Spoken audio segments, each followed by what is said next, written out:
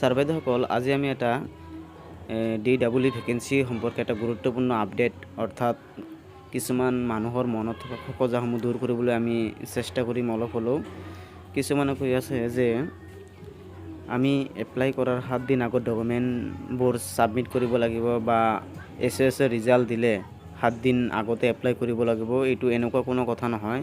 2 number পইণ্টটো লৈ মানুহে বহুত বিভ্ৰান্তিত পৰি আছে। এই 2 নম্বৰ পইণ্টটো এনেকুৱা একো নহয়। আমি যেহেতু SSৰ বেটাৰমেণ্ট এক্সাম দিছোঁ, বেটাৰমেণ্ট এক্সামৰ কোনো ইয়াতে লিংকেড নাই।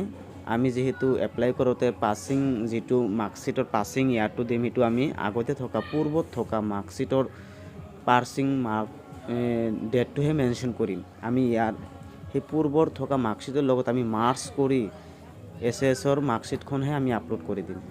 ইয়াতে SSৰ আজি ডেট বা আজি দিয়া তাৰিখ একো উল্লেখ নাথাকিব। এইটোলৈ কোনো চিন্তা কৰিব নালাগে। এইটোৱে আছিল এই পইণ্টটো।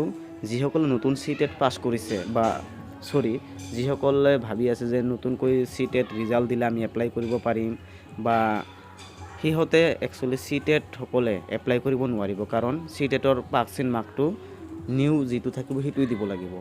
আৰু আমি SSৰ যদি ৰিজাল্টটো পাওঁ, আজি যদি পাওঁ একো প্ৰব্লেম নাই, 28 তাৰিখতো যদি পাওঁ একো প্ৰব্লেম নাই। তথাপিও আমি সেইটো মাৰ্কশ্বিটেদি আমি এপ্লাই কৰিব পাৰিম, কাৰণ আমি SSৰ যিটো মাৰ্কশ্বিট পাছিং ইয়াৰ সেইটো মেনশ্যন কৰিব নালাগে। আমি অকল পূৰ্বৰ থকা হাই ছেকেণ্ডেৰী যিটো মাৰ্কশ্বিটৰ পাছিং ডেটটো থাকিব সেইটোহে আমি দি এপ্লাই কৰিব লাগিব।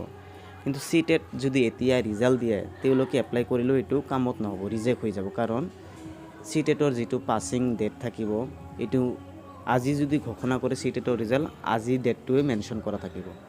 আৰু এপ্লাই কৰোঁতে CTETৰ পাছিং মাৰ্কশ্বিটটোও তাতে মেনশ্যন কৰিব লাগিব। চ' CTET এতিয়া যদি ৰিজাল্টটো দিয়ে বাই চান্স, তো এপ্লাই কৰিব নোৱাৰিব। ভিডিঅ'টো ইমানেই আছিল। ধন্যবাদ। আৰু যিমান পাৰে ভিডিঅ'টো শ্বেয়াৰ কৰি দিব। ধন্যবাদ।